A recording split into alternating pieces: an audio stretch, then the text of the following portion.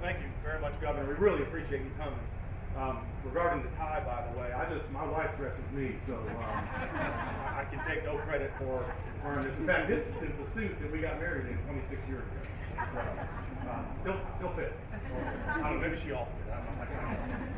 And thanks to the rest of y'all for coming and helping us mark this milestone. And you know, it's an important milestone, 36,000 square foot building, and it's caused me to reflect upon some of the other milestones that we've had over the years. I hope you'll indulge me while I think back on those blessings. The first one I wanted to note is, without which none of us would be here, is when the idea sprung forth from Dan Wichelecki's head, like Athena from Zeus's head, for a way to produce this amazing healthy sugar, but in a way that's affordable, so for the mass market, and that's really what his innovation was.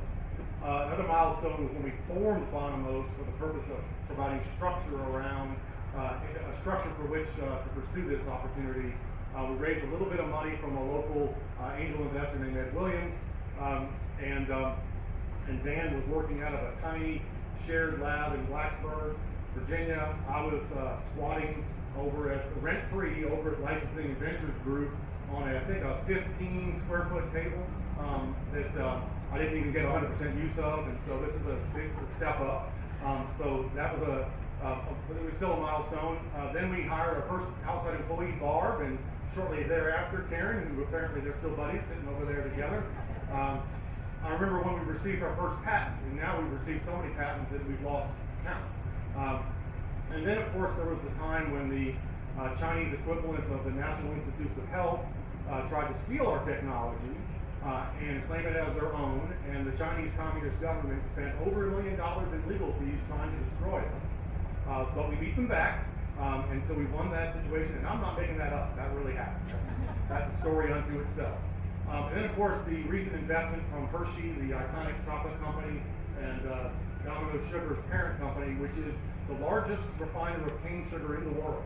And it's still a little surreal that Hershey's and this large sugar company invested in us. It's sometimes a little hard to believe. I remember during the negotiations, they were asking, well, Ed, how you feeling? I'm like, well, I feel like you're grinding me into the consistency of confectionery sugar or Hershey's cocoa powder. But we survived. So those are milestones. Hopefully they're milestones on the road to success, but they're not resting spots, and they're certainly not the finish line. And as the poet Robert Frost would say, we have promises to keep and miles to go before we sleep. So a few of the promises that we hope to keep. The first one is to make healthy sugar affordable for the global mass market.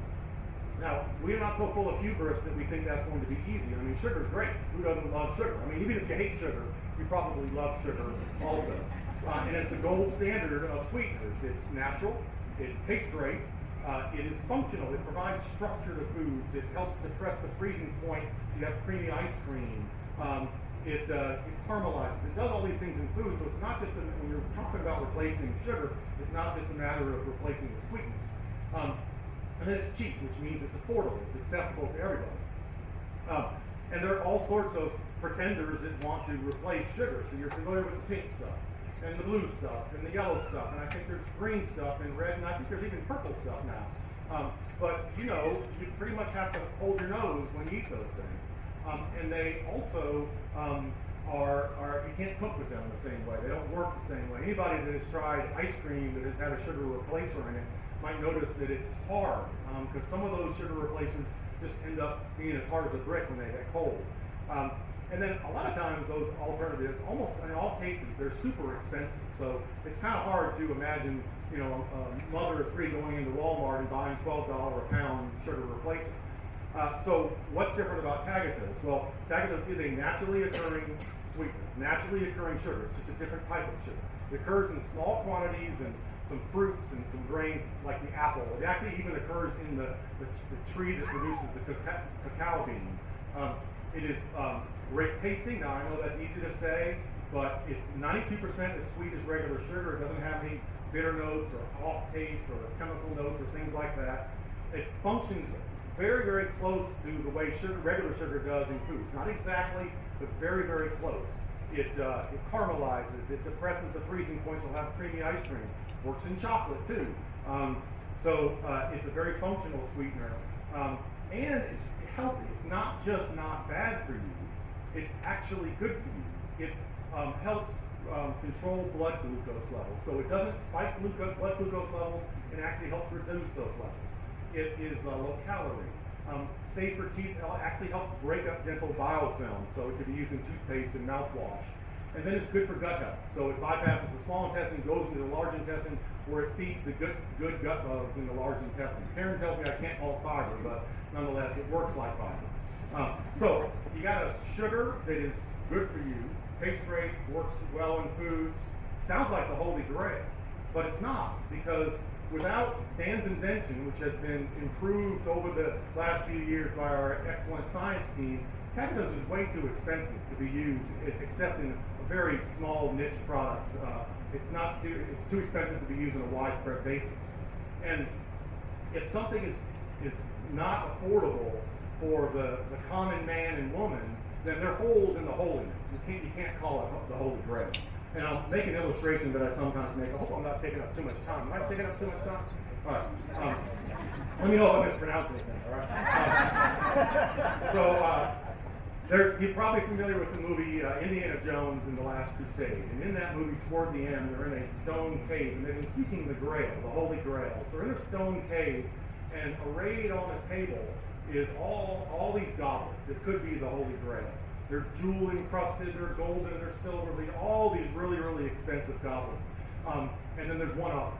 And the antagonist in the movie picks up the most expensive looking goblet, because he says that's probably the cup of a king.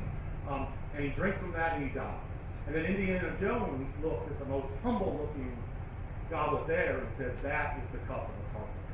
So what we are going to do, we are going to produce healthy sugar for carpenters and their families, not just for kings. So that's promise number one. Promise number two is to have a positive impact on public health.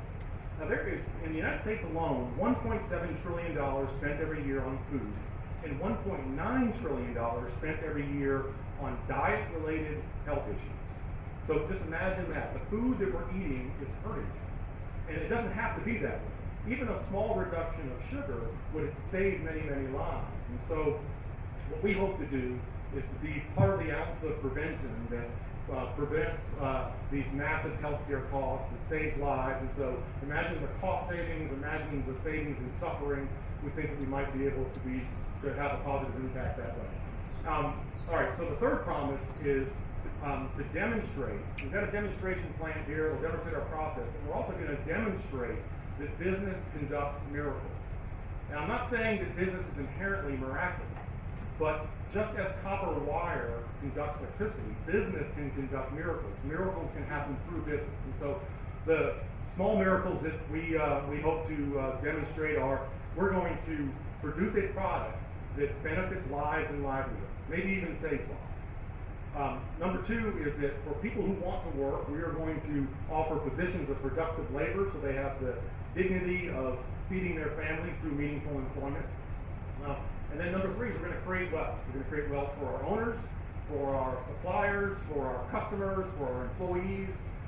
Not just redistribute wealth, but actually create wealth. And these may be small miracles, they may be big miracles. We don't know if we can achieve them. It's not going to be easy, but God willing, we will achieve these small miracles, and we will keep these promises. All right. So final point. It's altogether fitting and proper that we're in Albemarle County, Virginia today. We're in Virginia and Albemarle County, Virginia. Now, to make this point, I do have to strain a metaphor. And so the metaphor is this, that poor diet can be considered a tyrant, the tyranny of bad food. It holds people captive. It holds me captive sometimes too. I mean, ice cream's my Achilles heel.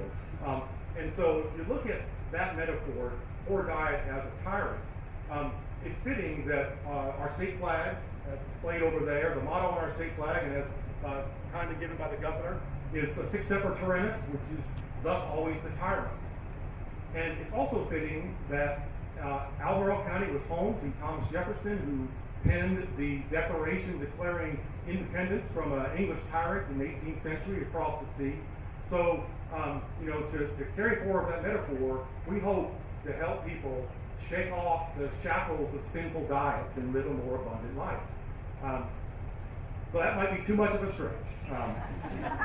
Maybe I strained that metaphor too much.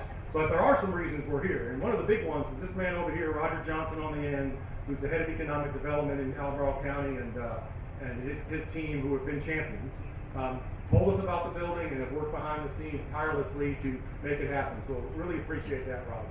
I want to recognize our employees. Y'all give a wave if you're, if you're with Bonumose.